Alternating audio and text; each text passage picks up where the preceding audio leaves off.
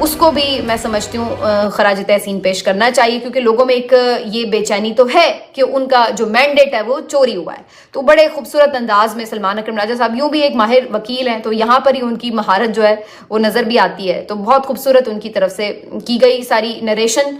شاندانہ گلزار صاحبہ بہت اچھا بولتی ہیں ہمیشہ، تو آج بھی انہوں نے میلہ لوٹ لیا اور خوب زبردست قسم سے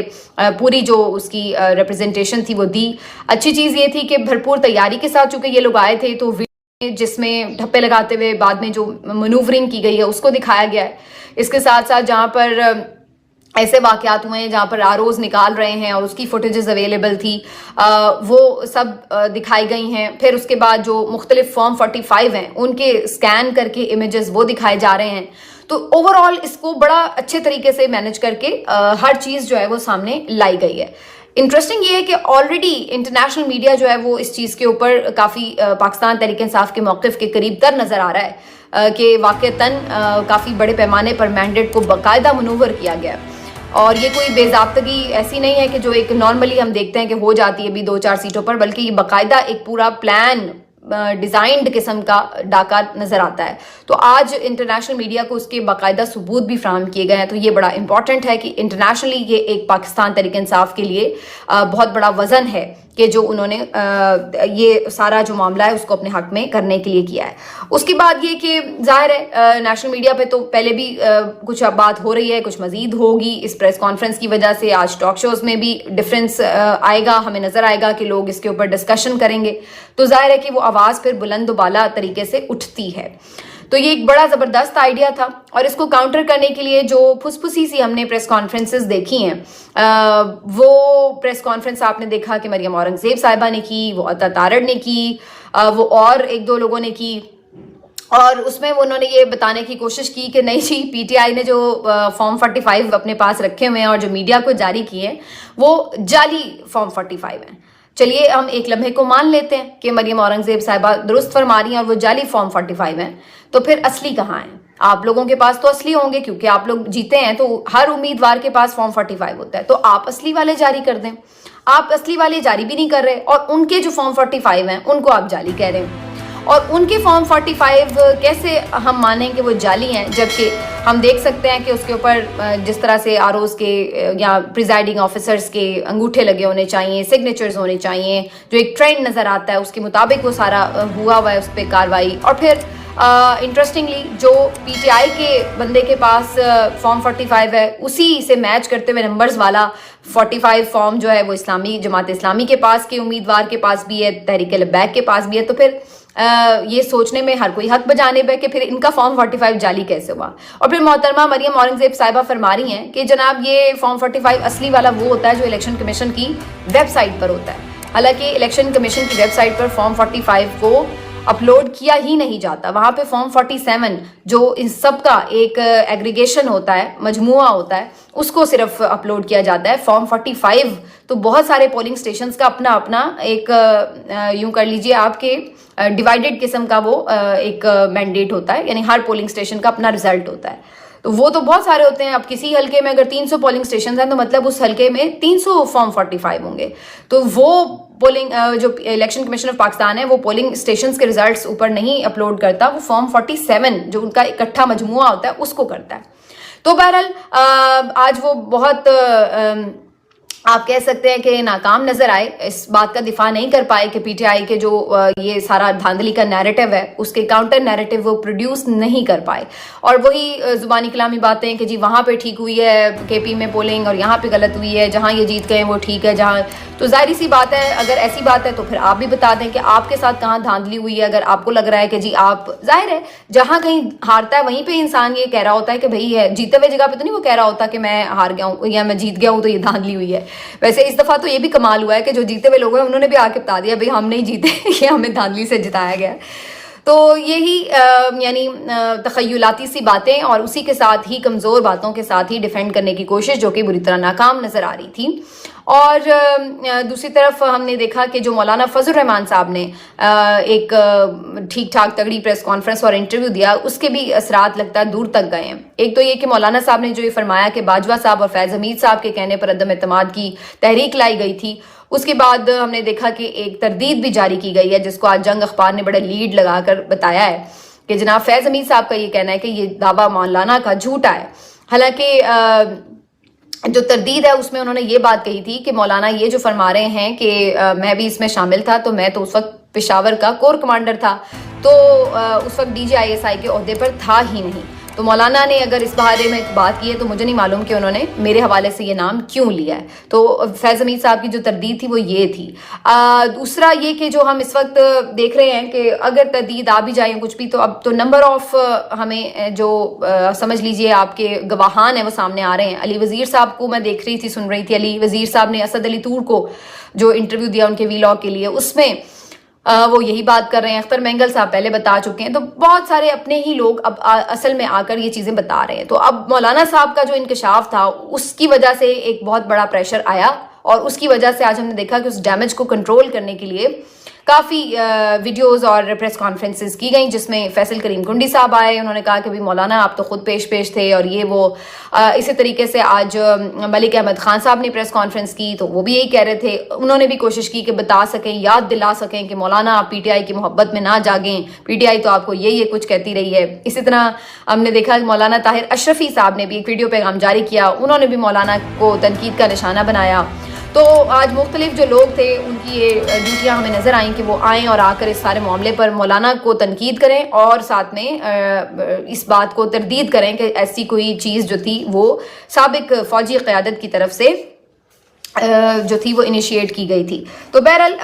یہ اب جو بھی معاملات ہیں اس کے اوپر اگین وہی بات ہے, پہلے بھی ہم یہی ڈیمانڈ کرتے ہیں کہ اگر ایک فیئر قسم کا جوڈیشل کمیشن بنایا جاتا سائفر کے معاملے کے اوپر, جس طرح سے گورنمنٹ گئی, تحریک عدم اعتماد, یہ سب چیزیں, تو ہر چیز دودھ کا دودھ اور پانی کا پانی ہو جاتی. لیکن یہاں پر ہم نے دیکھا کہ کس طریقے سے اس کو ڈگ آؤٹ نہیں کیا گیا اور پھر چیزیں آگے بڑھانے کی کوشش جو تھی وہ آگے چلتی چلی گئی, اور اس کے ساتھ ساتھ مزید پاکستان کا بھی نقصان ہوتا چلا گیا, جمہوریت کا بھی نقصان ہوتا چلا گیا. اور خود یہ تمام پولیٹیکل پارٹیز جو ساری اس ایکٹیویٹی میں شامل تھی, دیکھا جائے تو ان کا سیاسی نقصان بھی ہوتا چلا گیا, اور آج یہ بالکل عوام میں اپنی مقبولیت کھو چکی ہیں. اب آ جاتے ہیں جی اس بات کے اوپر کہ یہاں پر ابھی ہو کیا رہا ہے. سٹل پنجاب میں ہم کچھ جگہوں پہ تو ہم دیکھ رہے ہیں پشاور میں یا باقی جگہوں پر کہ PTI کے لیے کچھ راستہ اب کھل رہے ہیں, لیکن پنجاب میں سٹل صورتحال خراب ہے. آج کل یہ خبر تھی کہ احمد بھٹی صاحب جنہوں نے رائے سے PP کی نشست جیتی ہے, ان کو اٹھا لیا گیا تھا, گرفتار کر لیا گیا تھا اور دہشت گردی کا ان کے اوپر مقدمہ بنا لیا گیا تھا. آج ان کو پیش کیا گیا دہشت گردی عدالت میں, اور ان کے منہ پہ شاپنگ بیگ ڈال کر ان کو پیش کیا گیا جیسے وہ کوئی دہشت گرد ہوں, حالانکہ وہ ایک الیکٹڈ ممبر ہیں. ان کی طرف سے یہ کلیم کیا جا رہا ہے کہ ان کو دباؤ ہے کہ وہ PMLN میں شامل ہو جائیں, جبکہ وہ اس پہ ریزسٹ کر رہے ہیں, تو اس وجہ سے انہیں اس مقدمے کا سامنا کرنا پڑا ہے. شہزاد فاروق صاحب بھی آلریڈی اسی طرح دہشت گردی کے ایک مقدمے میں گرفتار کر لیے گئے ہیں, جنہوں نے مریم نواز صاحبہ کے اگینسٹ الیکشن لڑا تھا, اور وہ بھی یہی کہہ رہے ہیں کہ ان کے اوپر دباؤ ہے کہ وہ پیچھے ہٹ جائیں اور چپ کر کے شکست تسلیم کر لیں. اور وہ بھی اس بات پہ بضد ہیں کہ وہ شکست تسلیم نہیں کریں گے, انہیں دھاندلی کر کے ہرایا گیا ہے, تو اس لیے وہ اپنی جو پوری کیمپین ہے وہ چلائیں گے آگے. اس لیے وہ بھی ہم دیکھ رہے ہیں کہ پابند سلاسل ہیں. دوسری طرف ابھی مریم نواز صاحبہ بنی نہیں ہے چیف منسٹر, لیکن ایسا لگ رہا ہے کہ انہیں پروٹوکول سارا مل گیا چیف منسٹری کا, اور اب 3-4 دن سے بڑی غیر معمولی قسم کی بریفنگز انہیں دی جا رہی ہیں, جن میں چیف سیکرٹری آئے ہیں 2 مرتبہ مریم نواز صاحبہ کے پاس, IG پنجاب آئے ہیں, انہوں نے بھی آ کے بریفنگ دی ہے. تو بڑے بڑے جو یعنی صوبہ چلانے والے بیوروکریسی کے لوگ ہیں وہ ہم دیکھ سکتے ہیں کہ مریم نواز صاحبہ کو رپورٹ کر رہے ہیں. حالانکہ دیکھا جائے تو ابھی انہوں نے صوبہ سنبھالا نہیں ہے, کرسی سنبھالی نہیں ہے, ابھی باقاعدہ پوری کارروائی بھی ایون ہونی ہے. لیکن میں ہمیشہ سے یہ سمجھتی ہوں کہ جو پنجاب کی بیوروکریسی ہے, ان کی زیادہ جو تعداد ہے لوگوں کی, اس میں وہ شریف فیملی کے ساتھ ہی انکلائنڈ ہیں, اور شریف فیملی اقتدار میں ہو یا نہ ہو, مجھے تو لگتا ہے کہ وہ انہی کو ہی رپورٹ کر رہے ہوتے ہیں یا ان کے ہی زیر اثر ہوتے ہیں somehow or the other. اور یہ میں اس وقت بھی بات کہتی تھی جب عثمان بزدار صاحب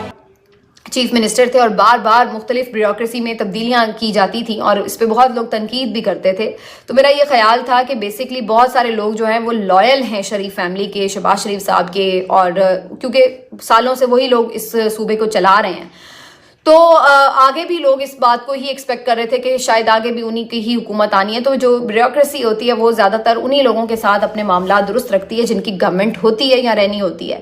تو مجھے یہ اس وقت محسوس ہوتا تھا کہ یہ بزدار صاحب جو ہیں ایک تو خود ویسے ہی خود بھی ایک کمزور وزیر اعلیٰ تھے، اور اوپر سے بیوروکریسی بھی اس طرح سے ان کے انڈر کنٹرول نہیں تھی،